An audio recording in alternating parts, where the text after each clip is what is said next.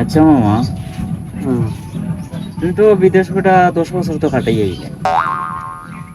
বিদেশ কিতা করলাই ওটা তো কও না বিদেশে বাবা, বিদেশ হয়েছে নয় তোমার ওপর। বিদেশ আসলাম ঠিক আছে, বিদেশ তো 10 বছর তারছে খালি আমি না খাই, কারণ কোটি কোটি টাকা বেটা এটা তোমার খাইতে হবে তাই। আমি দিয়াইলাম দুশোর পরে সারাল যেটা তার নাম জুসু, দেশের ইতা বাসা তুমি বুঝতে না। তারে দিলাম গোসাইয়া ইতা টেকারে বাবা চিন্তা করে দেখলাম বিদেশে বাড়ি দেশই ভালো।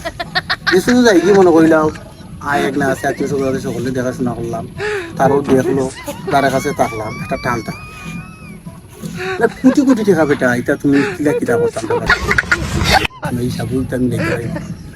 উকরানি ব্যাংকও আছে মনে করিলাম এখন কত টাকাতে হিসাব নাই, ব্যাংকে হিসাব দিতে পারে না, হিসাব দিতে পারে